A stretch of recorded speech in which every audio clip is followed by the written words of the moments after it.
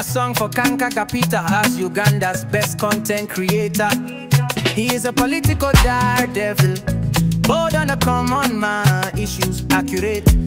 Balamusizaako nnyo mwenna bannansi erinnya yenze Emmanuel Kanka Kapita nga bulijjo oli ku Media Choice Telefina tweyanza nnyo obuwagizi bwe mutuwa. Media Choice Television, its presenters, associates, and affiliates may not be liable for views shared on this program. Age restriction and viewer discretion is advised. Munnamagye w'amagye ga Uganda ng'ono ali ku ddaala lya Kano erinnya ye Kano Chris Magezi saawa eno ng'akola nga Director of Defence Public Information alabudde ne Sekulabula ambasada w'eggwanga lya Germany mu ggwanga Uganda ayitibwa His Excellency Matthias Shua oba muyita ambasada Matthias Shua ono gwagambye nti kanaamujjuutuka bwe banaamukwatako ye ne mukama we ow'okumwanja Muhoozi Kainerugaba saako ne Pulezidenti wa Uganda Yoweri Kaguta Museveni. Ono ekimubagudde ku magezi amangi akozeseeko amatonotono okulabula ambasada w'e Germany amulumiriza nti kirabika yavujjirira era yasuukunda saako n'okkuma omuliro mu bannayuganda naddala b'ekiwayi kya National Unity Platform okwefuukira gavumenti ya Museveni emazeeko emyaka 4 bagimaamuleko. Ono akakasa nti amulinako obujulizi obw'ekika ekya waggulu nti era gy'atuula mu kitongole kya Interagency Security Committee ekigatta abapoliisi ab'amagye abaprisoni azaamukuŋŋaanyaako obujulizi ku nkwe zazzaaluka n'aba NUP okusobola okumaamulako gavumenti ya Museveni emaze emyaka 4 ng'eri mu buyinza. Ono alinnye mu kyoto n'amugamba nti kagenda kumujjuutuka singa banaamukwatako kubanga amenya amateeka agamufuula ambasada agagakanyizibwako mu kiwandiiko amawanga amagatte kye gaateekako omukono mu 1961 ekiyitibwa Vienna Convention ekifuga bambasada abajja mu mawanga. Program y'olunaku olwaleero etunuulidde ebigambo ebingi magezi byayogeredde ambasada Matthias Shua nga bitugenda okuba mu ttooki olunaku olwaleero. Nga sinaba kugenda mu bingi ebyo byonna njagala mpisewo obubaka buno speed nsooke nzije mbabuulire munnamagye ono bw'asiiwuusa empisa n'ayisa olugaayu mu His Excellency ambasada wa Germany Matthias Shua gwalumiriza ebingi. Embeera gye tulimu nga bannayuganda mbeera nzibu, mbasaba mukole okwetangira. Muli bantu baddugavu temwesiruwaza omuddugavu asobola okujjanjaba muddugavu munne n'amuwonya ebintu ebisobola okumutawaanya. Nyina abakyala bemmanyi abakulirwa Ssenga Mukooki. Abakyala abo bakugu nnyo mu nzijanjaba eyaffe ey'ekiddugavu naddala ey'omwoyo n'omubiri. Ssenga Mukooki ojja mukubira ku 750 26000. Mwabajja ne mumbuuza nti owaaye ebyo byoyogera nga bimenya amateeka g'eddiini bino soogera bya ddiini njogera ku bujjanjabi obukuweebwa muddugavu munno mpozi ng'onyooma muddugavu munno naye njagala obbakakasa bala abakazi balina ebitone kaakati gwe oba tolina maanyi ga kisajja kiwedde empeke zimumira ziva mu ddagala lyaffe muleme bannaye kwesiruwaza tuli baddugavu. Ne bw'oba musabi bino nzijanjaba tekujja mu ddiini yo sikugambye nti va mu ddiini yo kuba 750 26000 obaweereza obubaka ku WhatsApp kati gwe ebizibu tebimanya nnyumba mbi bw'oba mwavu ng'olina omwana yagwa ensimu naye nga tannagwa mu muliro bajja kuwonya abalimu akazoole mu mitwe bajja kuwonya bw'oba weetaaga obukuumi n'ensonga z'amaka byonna ebintu ebyo babikolako kati mweyunire Ssenga Mukooki ne bakyala banne bali ku 750 26000 abakyala b'Ekooki. Kaakati Kano Chris Magezi akozesezza amagezi mangi okusobola okunaabuka empisa n'alangira German ambassador oba His Excellency Matthias Shua ono gwalumiriza nti bazze bamwekengera era nga bazze bamulondoola amulinako enkumuliti y'obujulizi ye ne banne mu Interagency Security Committee nti ono yali emabega w'okuvujjirira saako n'okkuma omuliro n'okusindiikiriza bannayuganda naddala b'ekibiina kya NUP bamaamuleko gavumenti. Ambasada Matthias Shua abadde mu Uganda okuva ennaku z'omwezi nga 25 Julayi omwaka gwa 2020 kitegeeza nti ne mu kalulu akawedde yaliwo kakati kano magezi Chris Magezi Director of Defense and Public Information alumiriza Ambassador His Excellency Mathias Shua nti ayagala kutabula kalulu ka 2026 ng'ateekateeka saako n'okuvujjirira ebibinja by'abantu ebyenjawulo ekisooka mbuba kuma omuliro ku bifo eby'olukale public places. Amulumiriza ebintu bingi nti ayagala kuteekawo akajagalalo kayite rebellion okwegugunga okw'omunda kuno okugenderera okuggyako gavumenti ye NRM.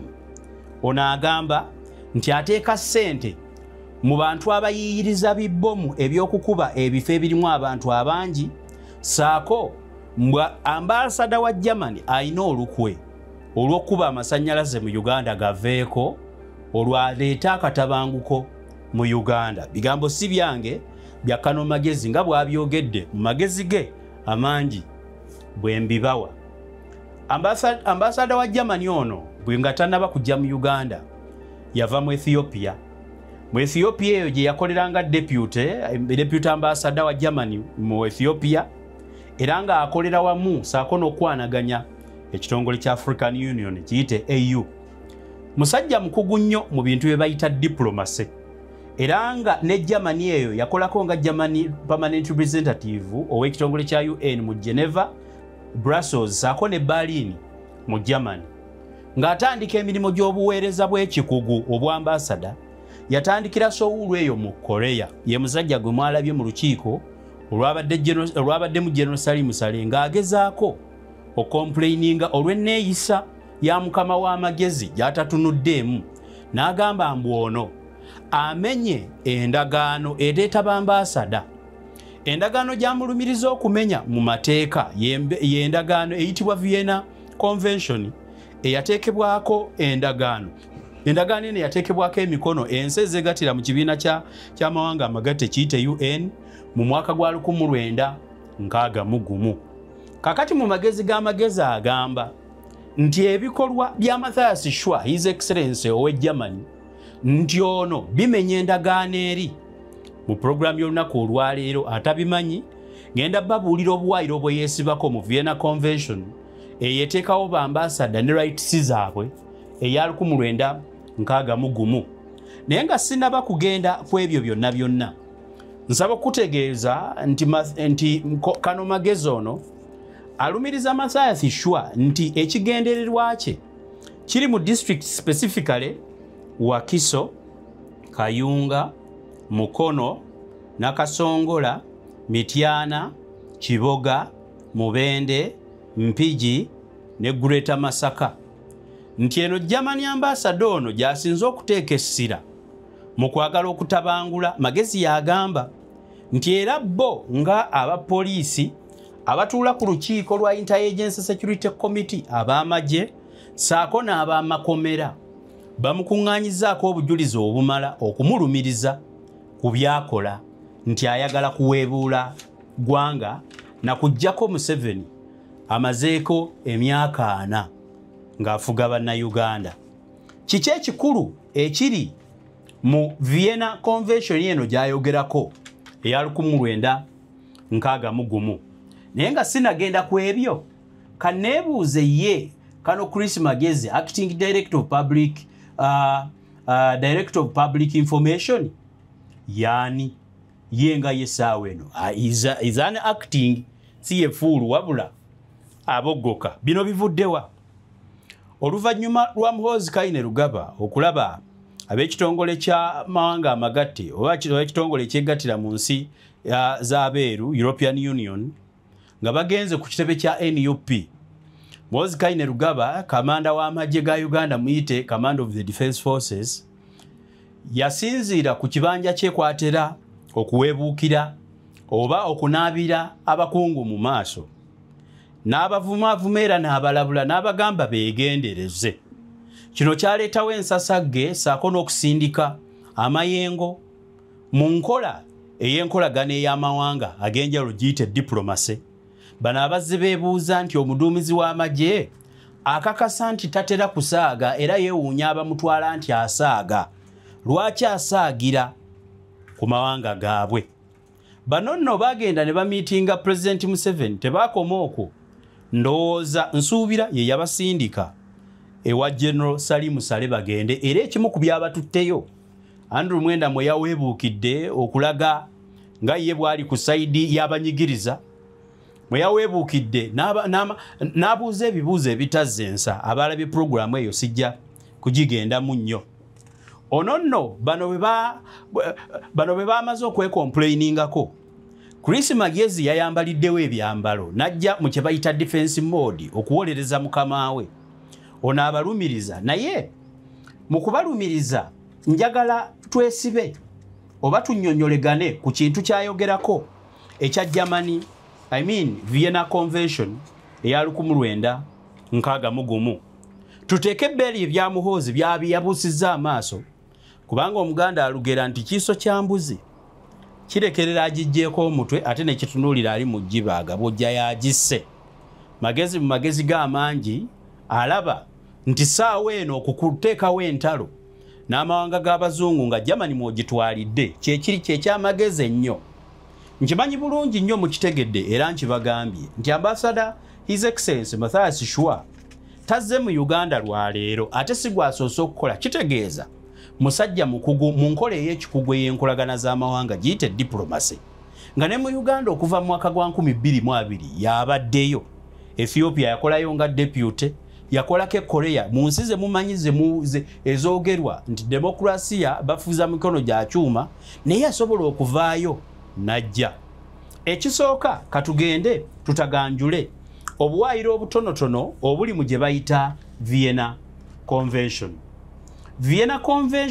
kukanya okukanya kuno Vienna Convention on Diplomatic Relations kwaliwo mu mwaka gwa 1961 era amawanga agegattira mu kitongole kya UN gateekako omukono nga 11 ogwokuna omwaka gwa 1961 kakati amateeka gano ge gateekawo be bayita bambasada oba bakiise b'amawanga amalala nga sijja kugeesibako nnyo nja kugenda ku articles Kano Magezi zagamba nti ambasada gye yamenye oba obuwaayiro bwagamba bwe yamenye onaamulumiriza nti yeeyingizza mu nzirukanya y'ensonga ez'ensi nti era kino kimenya bwe natunuddemu article eyanamu emu egamba etya katugendeko ngisome wano fena tutambulire wamu eyana mwemu egamba etya gyagamba nti gye yamenye y'okweyingiza mu nsonga z'amawanga amalala alumiriza ambasada okweyingiza mu nsonga z'amawanga amalala egamba bweti without prejudice to the privileges and immunities it is the duty of all persons enjoying such privileges and immunities to respect the laws and regulations of the receiving state. They also have a duty not to interfere in the internal affairs of the state. Nti lino lyetteeka ambasada liyamenye nti mu Vienna Convention eteekawo ba ambasada n'okubawa ebyo bibaddukanyizaako nga bagenze mu mawanga gayite ga receiving state oba mawanga gye baba bagenze okukakkalabiza emirimu nti yamenye yeeyingiza mu nzirukanya eyawo tugenda kusimbawo essira kantwala omukisa guno okuwagala okubaako ebigambo byembuulira bannamagye ba Uganda naddala nti nno mukola omulimo ogw'okukuuma eggwanga n'okukuumira abaliwo mu buyinza. Oweekitiibwa Kano Magezi ow'amagezi amangi Chris nsaba okutegeezaako nkutegeeze nti mu discussion y'olunaku olwaliro ngenda kukubuulira bannansifa abatali bannamagye ate abatali ba ambasada kiki tulowooleza ligiimu yammwe saako ne gavumenti yammwe. Buli muntu yenna ayagala okunyigiriza bannansi yeesiba ku mateeka era anoonya obuwaayiro asobole okutulugunya abantu nga tewali amugambako. Nkujjukizaako Kano Magezi nti ekireetesa bambasada mu ggwanga okusobola okubeera mu kuba kwetegereza nzirukanya era oweekitiibwa His Excellency owa ambasada wa Germany ayitibwa Mathias Shua talina tteeka ly'aba amenye kutalaaga ggwanga kubanga ne Vienna Convention eno yennyini gy'ogezaako okukwotinga emuwa eddembe okutambula awatali kukugirwa wabula mmwe bannamagye okumuwa obukuumi akole emirimu egy'okulondoola obutebenkevu saako n'enkolagana gy'alina mu ggwanga. Nkutegeezaako kano magezi nti ambasada bw'ayingira eggwanga talina kutuula awo okuleekaana na kwesiba bisanja kuzina kubawagira mwe mutuntuze bannansi olw'okuba mwagala okubeera mu ntebe. Atunuulira ekiseera n'ebikolebwa n'ateekateeka okutegeeza ensi ze mukolagana nazo ezo ng'ez'abazungu ze zikyasinza okututeeka mu ssente nnyingi nnyo ku bintu eby'enjawulo. Gavumenti yo ssaawa eno byesinziddeko ebbanga eriweze okwewola amabanja agatutuuse mu bulago saako n'okulyanga ssente ezivudde mu ezo ensi. Nsaba oteekeyo amagezi amangi g'olina kano magezi ng'oyogera ne bambasada kubanga abo be batubezezaawo nga bannayuganda abakulembeze be tulina abo b'okuuma be batasobodde kutukolera kimala nga twesigamye ku nkolagana ze tulina ne bannaffe. Ate mu global world kano magezi there is no country that can still be alone. Enkolagana n'amawanga kikulu nnyo ate kyetaagisa ate erina kukwatibwa mu ngeri y'amagezi. Nandi kiggwe ng'okolera abo abaliwo olw'okuba mmwe mulya nsaba nkujjukiza obuwaayiro buno obw'enjawulo obuli mu Vienna Convention. Akasooka Article ya 26 mu Vienna Convention gye wakwotinze nti ono His Excellency Mathias Shwagye yamenye emuwa olukusa okutalaaga n'okutambula ndi mu kugigendako subject to its laws and regulations concerning zones of entry into which is prohibited or regulated for persons of national security. The receiving state shall ensure to all members of the mission freedom of movement and travel in its territory. Ekimu ku kano magezi byalumiriza ambasada nti ambasada atalaaze mukono Wakiso, Kayunga, Nakasongola, Mityana, Kiboga, Mubende, Mpigi ne Greater Masaka mbunga agenda akolayo obuvuyo bw'okuteekateeka okuggyako Museveni. Era bw'oba wakwotinze Vienna Convention nsaba okutegeezaako kano magezi nti tetukyali basiru. Education twagifuna ate tokyalina ky'osobola kukolera bantu balemesa kutegeera. Vienna Convention ekulagira gwe munnamagye nti subject to its laws and regulations concerning zones entry into which is prohibited or regulated for reasons of national security, the receiving state shall ensure to all members of the mission freedom of movement and travel in its territory. N'olwekyo nsaba okujjukiza kano magezi ti amagezi amangi g'olina gakozese gakujjukize era osome ekiwandiiko kino. Article ya 27 mukama we yasinzira ku mukutu gwa Twitter n'avumaavuma saako n'okuteeka ku bunkenke bannaffe aba European Union abagenda ku kitebe kya NUP. Article ya 27 bw'ogisoma ngamba gwe kano magezi ne banno bwe mwagala okunaabula ekitiibwa ky'amawanga agayamba bannansi n'okubaceekinga olw'okulemeza embeera embi ku bannayuganda. Article ya 27 ekulagira nti ambasada ayina obuyinza okwogera n'abantu bonna bayagala, free communication mu mirimu gye gyonna gy'akola. Ate era ayina okukozesa y'obukugu bw'alaba obwetaagisa. Kanji kusomere eya 27. The receiving state shall permit and protect free communication. Magezi okiwulidde? Vienna Convention gye wagambe gye wamenye ekkiriza His Excellency Mathias Shwa okwogera nga ye bw'alowooza bwe kirina okuba. Egamba article ya 27 ti the receiving state, in this case Uganda, gwe munnamagye gy'olina okukuuma, the receiving state shall permit and protect free communication on the part of the mission for all official purposes. For all official purposes. N'alirowoozezza nti n'ambasada talina kwansalinga wuwo magezi gwe y'okumanya ky'alina okukola mu official purpose. Era nkubuulira nti tolina tteeka mw'olina kutunuulira mu byagenda kwogera, tolina tteeka mw'olina kukeberera mu nnyumba ye biki by'alinamu, tolina tteeka yadde erikukkiriza okwata ku briefcase ye, yadde okwaza emmotoka ye, yadde okumuyimiriza ng'alina gy'alaga. etteeka lino bwe ligamba ate nammwe mwali sayininga mpozi nga mwagala kwefuula obubonero obulagira ddala nti gavumenti mugifuze bubi. Etteeka bwe liba teririiwo Article ya 27 gy'ogamba His Excellency Mathias Shwa gye yamenye emuwa olukusa ate ekulagira okumukuuma. The receiving state shall permit and protect free communication on the part of mission for all official purposes. Ate yaba amanyi official purposes.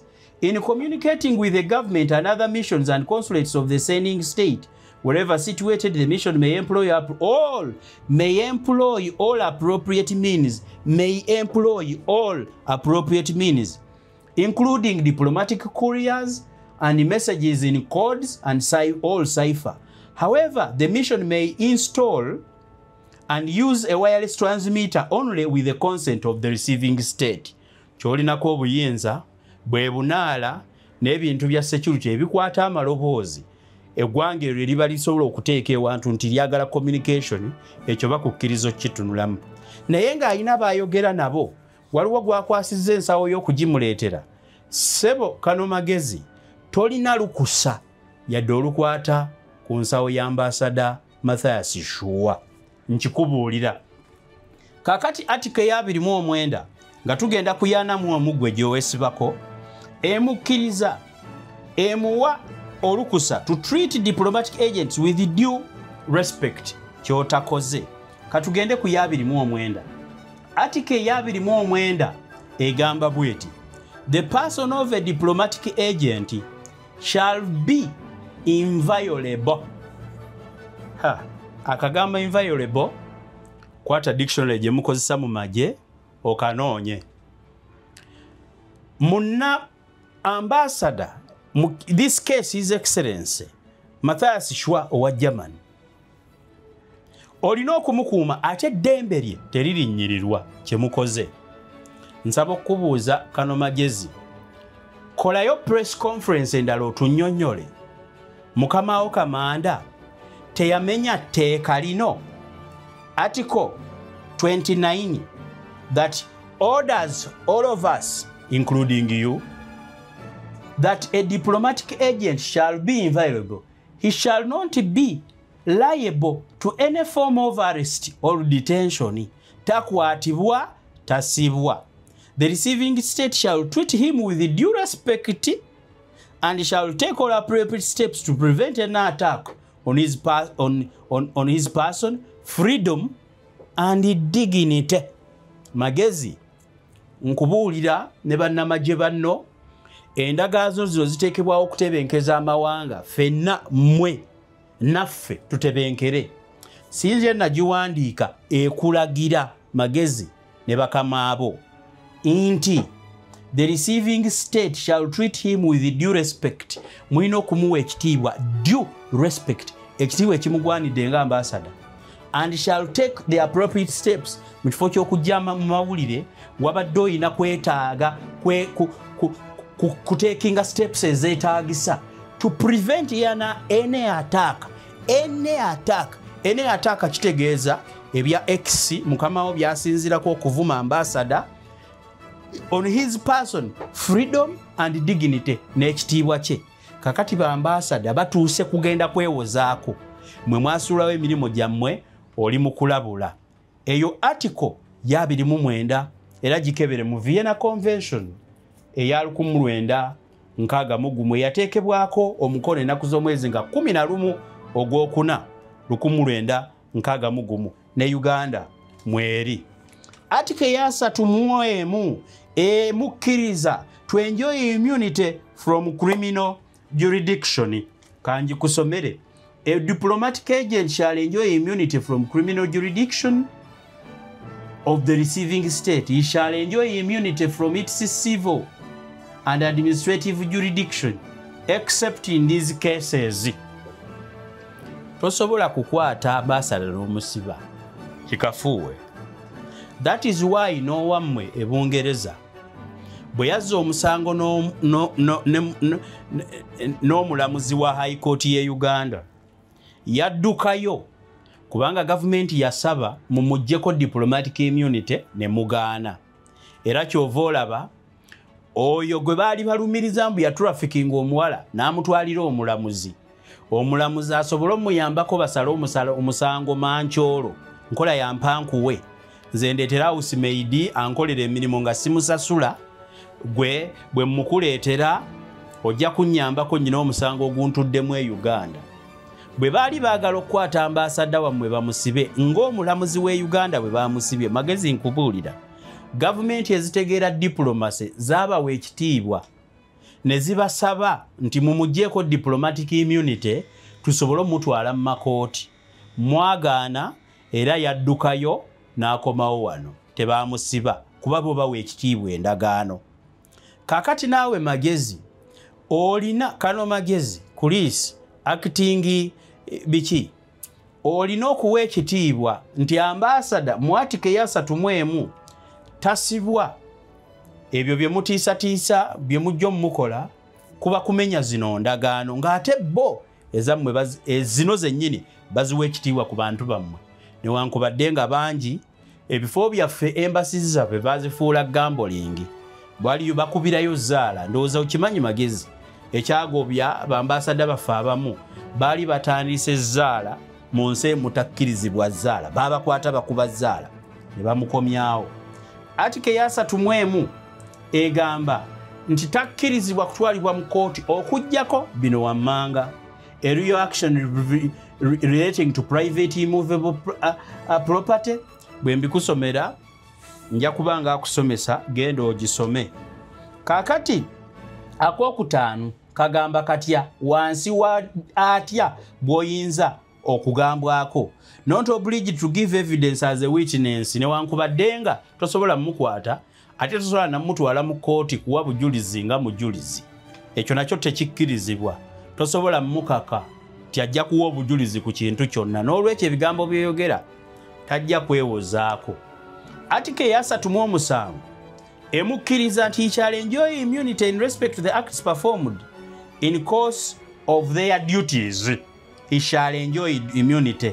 Ya 37 kanjikubuulire okusinziira ku kano magezi agamba ti ambasada wa Germany atalaaga era agenda ayogera era bo bamulinako ebigambo byayogedde mu mawulire bikakasa butereevu kano magezi nti ekituufu etteeka lino mwalimenya dda wajjawo olukusa olulondoolereza ambasada akola biki. Atike ya 37 egamba etya the member of the family of a diplomatic agent forming part of his household shall, if they are not nationals of the receiving state, enjoy the privileges and immunities specified in their articles. Akokusatu kagamba katya kangene kokusatu. Members of the service staff of the mission, members of the service staff of the mission who are not nationals of or permanent resident in the receiving state shall enjoy immunity in respect to acts performed in the course of their duties. Tebakwatwako nga bakola emirimu gyabwe. Tebakwatwako nga bakola emirimu gyabwe. Magezi kozesa amagezi g'olina amangi okitegeere. Shall enjoy immunity in respect of acts performed in their course of their duties, exemption from dues and taxes and emoluments they receive by reason of their employment, and the exemption contained in the article 33. Bayina okubanga tebakwatako nga bakola emirimu gyabwe tebasasula musolo n'ebirala. Kakati magezi nsaba mbikubuulire okusinziira ku kano w'eggwanga Uganda nsaba okutegeezaako kano magezi nti tusiima bannansi tusiima bannamagye abeewaayo ne bakola ekituufu naye nsaba okutegeeza nti amagye gaba malungi nga tegakozesebwa kuzannya byabufuzi mu kaseera akakazigizigi nga kano. Muvuddeyo nnyo okwagala okuwamba obuyinza oluvannyuma lw'okukakasa nti ekiseera kya Pulezidenti Museveni akaddiye akasaawa Katonda ke yamuteerawo kamubalira. Kati mwe bannamagye mugezaako okuboggola nga mweteekawo mwe kennyini mwe mwekulembeza ssaawa eno muzze mutugamba nti ffe abantu ba bulijjo tetugwanidde buyinza mwalwana era mubonyeebonye nnyo. Wabula kano magezi nkujjukiza nti muli batono bwe tubageraageranya n'abangi n'olwekyo bwe tugendera ku numbers temutusobola abantu ba bulijjo. Tubasiima nnyo ku mulimo gwe mwewa ngera omubazzi bw'asalawo aleme kuzimba, ngera omuzimbi bw'atafuuka mupunta, nammwe muba mwasalawo okubeera b'amagye. Kyekitiibwa kye mulina. Mulina bingi bye mufuna mu buweereza: yunifoomu, emisaala, obusiimo, obw'olukale nga tubusasulira. Kitegeeza ffe ebyo twabyewala ate tubikkiriza ne bye mufuna.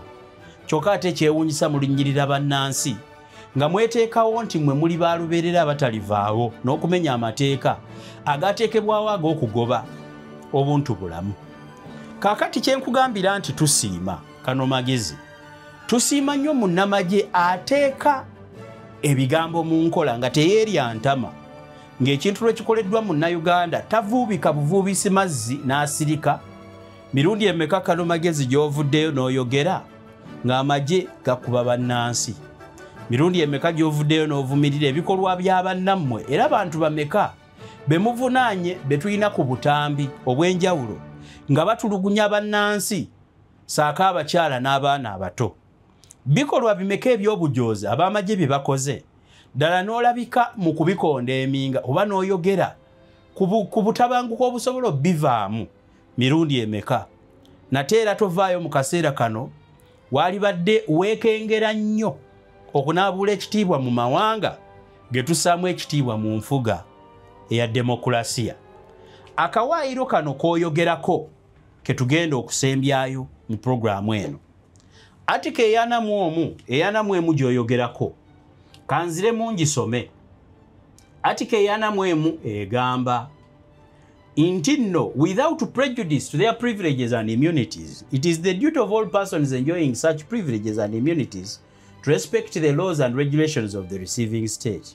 They also have a duty not to interfere in the internal affairs of the state.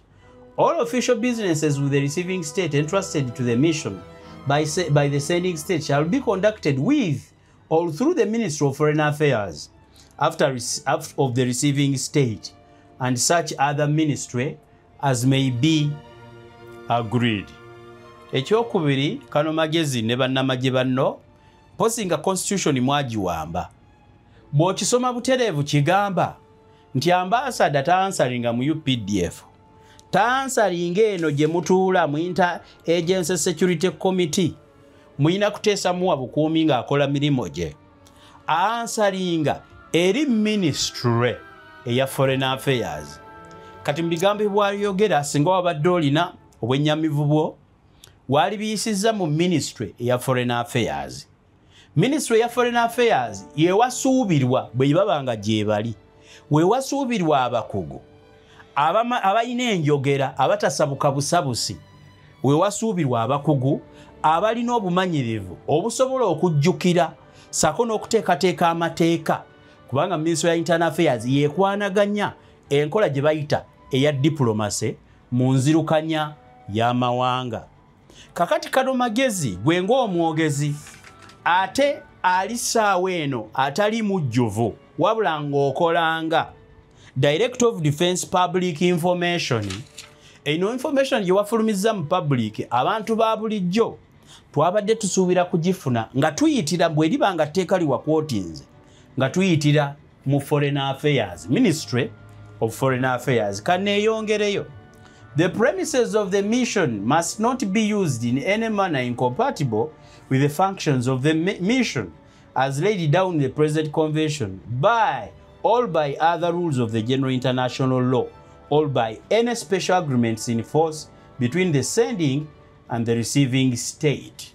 Nsaba okutegeezaako nti embassy ya Germany weeri bw'obanga obadde tonnateekayo complaint osobola okuteekayo okwemulugunyaako Kano Magezi n'ogamba nti okusinziira gwe ku by'olowooza era n'owandiika butereevu ng'okwotinga mu kye wakwotinze ng'otugamba n'obuulira embassy ya Germany nti omuntu wammwe lyerina etteeka lyamenye. Kaakati bw'aba alina amateeka g'amenye, Germany yeeyina olukusa okumuggyako kye bayita immunity, okumuggyako ebitiibwa ebimufuula ambasada ne musobola okumutwala mu mateeka. Era mu kifo ky'otugamba walize ng'otubuulira ng'omusajja munnamagye bwe kibanga obukugu bwo bwebwo walize tubuulira kye wakoze ng'okibuulira gavumenti y'e Germany era biwandiiko bimeka bye wagisabye oluvannyuma lwa lipooti zo z'olina nga munnamagye gwe tusiima okukuuma eggwanga singa oba olikuumye bulungi walize kutubuulira nti ng'okwataganye ng'oyise mu Foreign Affairs wabuulira gavumenti y'e Germany nti ono yeeyisa bubi ebikolwa byakola kubanga Twitter ya mukamaawo si yeeragirwa mu constitution nti we wanaayisibwanga byonna ebyogerwa ku ambasada yenna nga ne His Excellency Mathias Shwa mwomutwalidde kaakati ffe nga bannansi kantwale omukisa guno nkulabule kano magezi nga tonnabeera kano oli munnayuganda ffenna bannayuganda ekisooka tuli basajja bampisa tetwesiba ku bye tutamanyi ate eggwanga lyaffe lyateekateeka enkola ey'amateeka ng'oggyeko ebitongole eby'ensi yonna n'amateeka ge twagula oba ge twajja mu nsi endala naffe tuyina amateeka naye waffe gye baatuzaala mwami magezi bakitaffe baatugambanga enneeyisa gye tulina okuyisaamu omugenyi gwe yiyo wagiteekawa nsaba okujjukiza mwami magezi nti omugenyi ayisibwa bulungi ekirala omugenyi bw'akusanga okuba mukazi wo nga n'abaana obakuba bayina amabwa ayina eddembe okugenda okubuulira banneyiba nti bannange mubeera wanga neyiba akuba abaana be era musango magezi nkujjukizaako newankubadde Katonda atutonda era nga tulina n'obuyinza ku bulamu bwaffe waliwo n'ekibonerezo ekiweebwa omuntu aggyeewo obulamu bwe eyesse nga ne mu mateeka ga constitution mwekiri bwe kibanga Katonda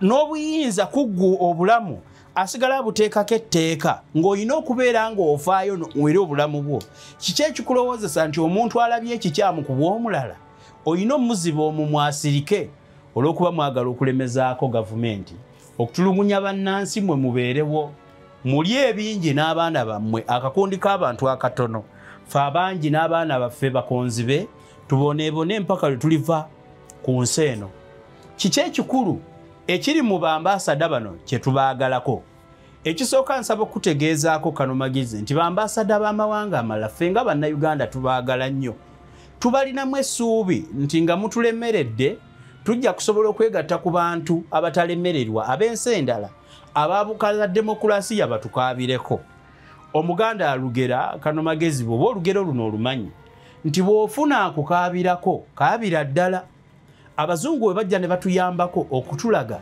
nti ensi zino zirina obusobozi obuteekawo demokulasiya ow'enjawulo naffe twekaabira kubanga ekituufu ekiri mu Uganda mutunyigiriza kano magezi nsobola okutwala olunaku lulamba nga nkubuulira emirundi mingi bannamagye gye munyigiriza bannayuganda nsobola okutwala wiiki nnamba n'omwezi ngumalako nga nkubuulira emirundi mingi gavumenti eriko gyetayambye bannansi nga twasigalira kimu bw'otatoloka kuva mu nsi eyo kugenda kunoonya nsi ekuwa ssuubi ky'olina okukola kukaabira abo abajja mu nsi nti bannange mutuyambe mutwogerere n'abayinza otuyamba sinakindi mutuyambeko abatunyigiriza bave mu buyinza ekyo kisoboka munnansi anyigiriziddwa asobola okukisaba newankubadde nga ffe bannamawulire tuli ttooki ekubamu ebyo ebizikiza bye muteekawo bye mutaagala abantu balabe twewa omulimu guno okubuusa bannansi kubanga amateeka gano gwe bwona akwotingayo limu eri kuyamba ku lw'okubeeza mukamawo mu buyinza bannansi oyinza obbawuddiisa ne balema kumanya nti mulimu bingi bye mumenye okutuusa ne ku embassies ezo abantu okwagala okuyamba abantu mu bw'obuntu kubanga tebasoose kukola wammwe ensi nnyingi ate n'ensi naawe is a global village tekikyatwetaagisa nti ate Uganda weekoma nedda ensi ngazi mwami magezi nja kusembyayo ebigambo bino nti bannamagye tubasaba n'ekitiibwa mulina akaseera ke muwummula kayite retirement n'okkirizibwa okuva mu magye okujja mu byobufuzi bwe kiba ng'okyalina obuweereza lwaki towandiika ebbaluwa n'owandiikira mukamaawo ng'owulira ebyobufuzi obyepikira ng'era obisobola lwaki tovaayo eyo mufo ky'okuzannyira ebyobufuzi mu yunifoomu n'ojja eno ne bakukkiriza nga bwe baakoze omusajja ono gwe baalagira erweru okukutta abantu emyaka 5 ne bamuwummuza olw'okuba nti nno mulimu mu magye tukiraba nti mulimu abatamwagala. Tukimanyi bulungi nnyo mu bye tuwulira mu magye nti ebiragiro by'okkola ekintu kyonna biva wa commander in chief. Oyo alagira operation ezikolebwa newankubadde zisobola okubaamu ensobi ez'obuntu naye tasobola kweragira kukola kintu nga tekikoze. Kyokka ate bwe bamala okukola naawe magezi nga kati busaawa eno bw'olikola weekengera abo bennyini abakulagira okwogera ebigambo bino ti akaseera konna basobola okuvaamu ne bakulekawo ne bakusuulawo oddukirawa okomawo eno kuba oli musajja munnaffe oli muntu munnaffe ate oli munnayuganda. Bw'obeera watufukira omusulo ng'okyali waggulu n'eddaala n'olisamba bw'onaaba obuuka naffe situjja kukwata ge magezi genkuwa. Mbajjukiza nga kano magezi naawe nkujjukiza omukyala ayitibwa Ssenga Mukooki, mukyala mujjanjabi wa kinnansi, osobola okgendayo n'akuyamba. Ajjanjaba akatwewungu, ajjanjaba ensimbu mu baana, ajjanjaba ebintu ebyenjawulo. So bw'oba oyinamu obuzibu bwonna mu maka, kano magezi eyo mu maka bweba nga amaanyi g'ekisajja bwe kibeera nga mukyala olinayo abantu abaana abalwadde ensimbu, bano abakazi batabula eddagala eryava mu miti ne maamawo ne jjajjawo lye baakulirako okusobola okujjanjaba obulwadde. Bali ku 75026000 bajja kukuyamba. Yenze Emmanuel Kanka Kapita. Programu y'olunaku olwali ebadde ekwatagana ku kusiiwuka kw'empisa munnamagye omwogezi nkati nga yakola ng'omwogezi bwe yasinzidde okunaabira ambasada wa Germany mu maaso saako n'okumuweebuula. Mbasiibudde weraba.